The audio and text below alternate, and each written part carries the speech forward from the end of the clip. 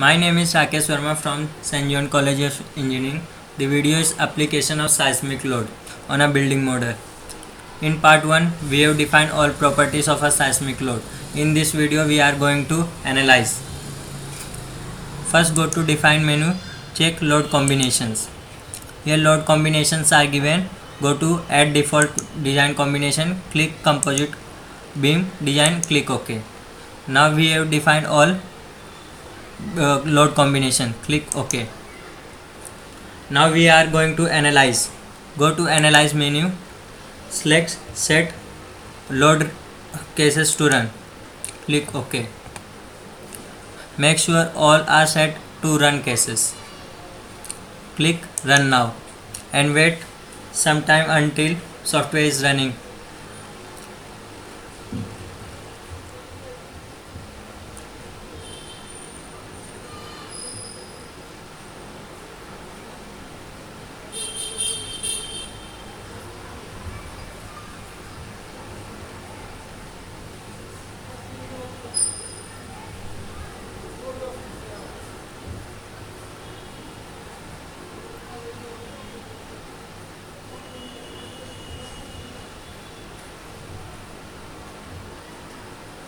Now on 3D view tab, you can see displacement on 3D view tab.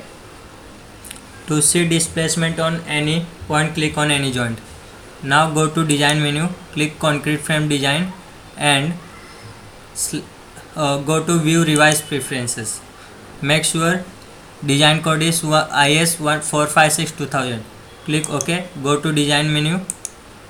Again on concrete frame design, select start design check. Wait for some time until software is checking all design.